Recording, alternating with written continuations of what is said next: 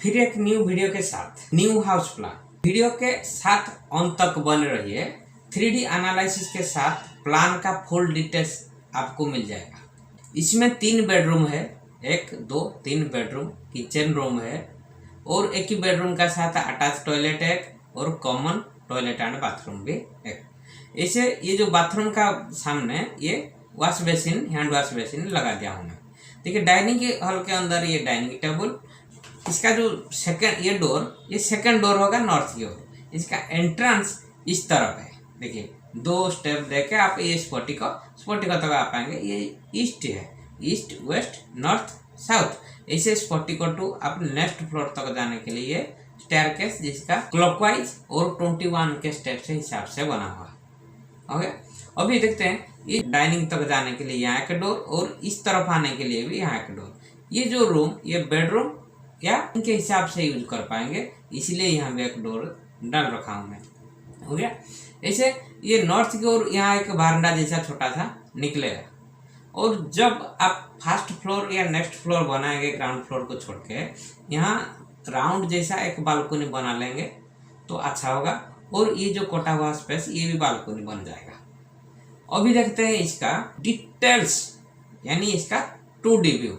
ये आपका सामने प्लान का डिटेल्स। ये ईस्ट फेसिंग हाउस प्लान, ये देखिए 1285 स्क्वायर फीट के अंदर इसका जो प्लेन एरिया। ये ईस्ट वेस्ट 40 फीट 3 इंच और नॉर्थ साउथ 34 फीट 10 इंच। इसका अंदर 1 2 3 बेडरूम और किचन डाइनिंग, ये अटैच लैट्रिन बाथरूम है और इसका साथ कॉमन भी है।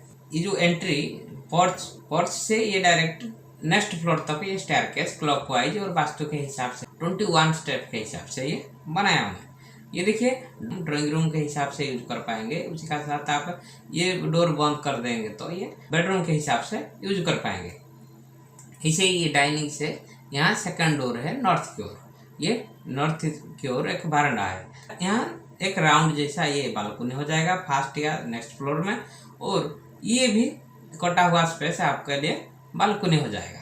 ये जो डायमेंशन देखिए, इनसाइड टू इनसाइड डायमेंशन जितना नाम का नीचे है और सेंटर टू सेंटर डायमेंशन ये जो पिंक लेटर में लिखा है।